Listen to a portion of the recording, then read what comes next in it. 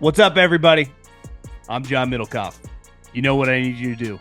Subscribe to our YouTube channel. We got content for days reacting to every NFL game all the time, every single day. Subscribe, like the videos. Let's go.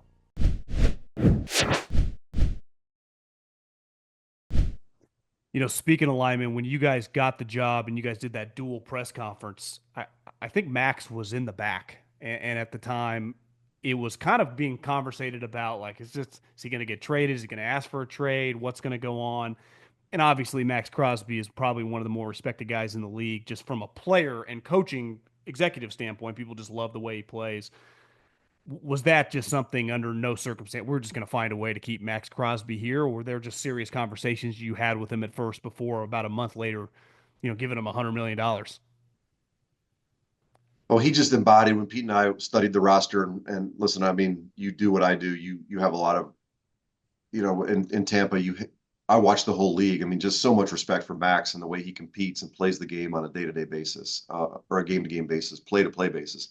I mean, he's a guy who plays 100% of the snaps at a high effort physical position. I mean, it's really unheard of. And it just became clear. I visited with Maxx pretty much the first week I had the job that this is the kind of guy that we want to build this program around. And I mean, sure, that there's plenty of people that you're a new GM and they want to see if they can shake your trees and see if they can steal somebody from you. And, maybe or maybe not. Jason Light tried to get him before I even got on a jet to Vegas. How many GMs called where you just like, man, I'm hanging up right now? It Half would the be league. several. Yeah, it was Jason was sitting in my house, telling me like, Max for a fifth sounds great right now for everything I've done for you in my life. And I was like, Jason, don't get me fired so I can come right back to Tampa. I mean, at least give me a real shot here. But he just is what we want to be. I mean, when I sat with him, he asked like, what can I do to be better? And I said, Max, this might be controversial, but maybe we don't play 100% of the snaps. Maybe we play 95% of the snaps. So in the biggest moments, you're fresh. And he was like, kills me to come off the field. Like that's what we want. When we traded for JPP in Tampa, he was a guy that he'd fight you to come off if you try to take him off the field. And when you're trying to flip cultures like this, we need more guys like that. We need guys that are like, you gotta kill me not to be out there. I gotta be really hurt not to be out there. Otherwise, I don't care. I'm gonna give it my best every play. And I just didn't think Pete didn't think really nobody thought that the Raiders are a better team if we move on from Maxx Crosby. And so we felt like giving him his new deal that was earned and something that we were motivated to do. The NBA Finals are here, and this is your last chance to bet on the NBA until next season. And the DraftKings Sportsbook, an official sports betting partner of the NBA, is pulling out all the stops to make it a finals to remember. One team will be crowned the champ, and the other will be lost to history. Who you got winning it all? Obviously, everyone's picking the Thunder. Not going to lie, don't hate dabbling a little on the Pacers. 5-1 to win the series. It's the NBA Finals. They just destroy the one seed, the Cavs, work the Knicks. I think people are sleeping on the Pacers a little bit. I get the Thunder are good, but I think people are underrating the Pacers. All season long, DraftKings has been the go-to spot for NBA player props, and that doesn't stop now. Who you got carrying their team to the chip? Try placing a bet on your personal MVP to drop 30, 40, or 50. I would expect, obviously, Shea, but definitely Halliburton to have some big games. Ready to place your first bet? Download the DraftKings Sportsbook app now. Lock in your bets and finish the season as a winner. Here's something special for first-timers. New DraftKings customers, bet $5, win $300 in bonus bets if your bet wins. Don't miss your last chance to bet on the NBA season. Download the DraftKings Sportsbook app and use the code JOHN. That's code JOHN for new customers to get $300 in bonus bets if your bet wins when you bet just $5. Only on DraftKings. The crown is yours. The trade for Geno, was that something that early on, there was rumblings out there that he could be available. Obviously, Pete's history with John Schneider and the player specifically, probably not your normal trade given that he had just coached the guy, make it a little bit easier to pull the trigger with, you're giving up draft capital, taking over a job that you need players. Just kind of how did that materialize? And so far through a couple months of being around him, what's your experience around Geno Smith, who clearly, a lot like Baker, just feels like an easy guy to root for? Yeah. Well, I think from the opening press conference, if I remember correctly, it seems like 2 years ago, but I think Pete and I talked about, we'll look everywhere for a quarterback. And, that wasn't just, coach speak or GM speak. Like we were serious about it. So we we explored every avenue. We called teams just to see. I'd be embarrassed to tell you some of the players we probably called and asked to trade for, but you just never know. Andy said no one Mahomes. We didn't go that far, but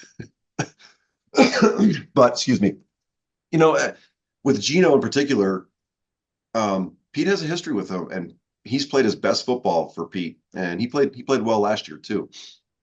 And so when you have, I mean, it was a third round pick, but that's not a nothing pick. I mean, those are valuable picks in a GM's mind and a scouting staff's mind. And then to give him the contract we had to give him too. I mean, we had to look behind the curtain essentially with Pete to feel really, really confident about it. And, to talk to everybody in the building like, hey, this is the right move for the Raiders at this time. And he's been everything that we want him to be so far. He's been here for every offseason workout that we've had. He's the leader we want. He's always been an extremely gifted thrower. You see that every day in camp. And, it's a work in progress with Chip and the new offense and learning the new players and the new system and having these rookies. We got a lot of rookies that are in with snaps with Geno right now, but he's been awesome so far. And I'm excited to see him bring this offense to life here coming up in September. Is there an attribute with that position that doesn't get talked about, that you guys talk about internally with coaches, scouting staff, that when you listen to podcasts or television shows that you never hear discussed, that you're like, guys, there's an element. I mean, you've been around Peyton, Tom, Donovan McNabb, a lot of high level players in your life.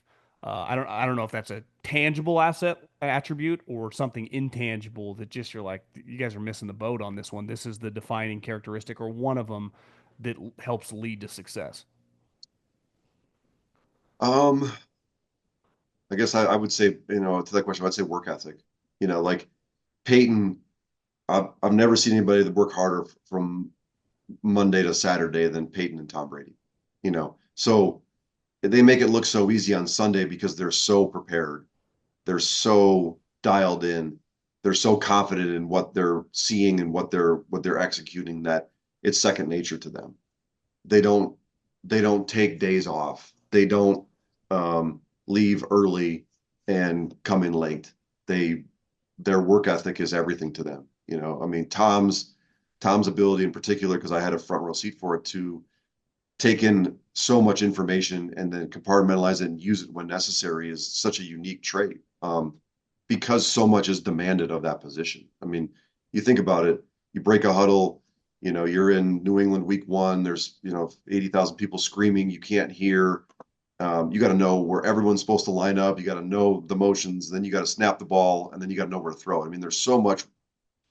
Think about the amount of information that you have to process in a short period of time and what work needs to be done before that play even gets snapped throughout the whole week to execute it at a high level. And it's just no accident when you watch Peyton and Tom work, and now that I've watched Geno work, why they're good. And I watch Baker work. Like they work harder than everybody else. It means more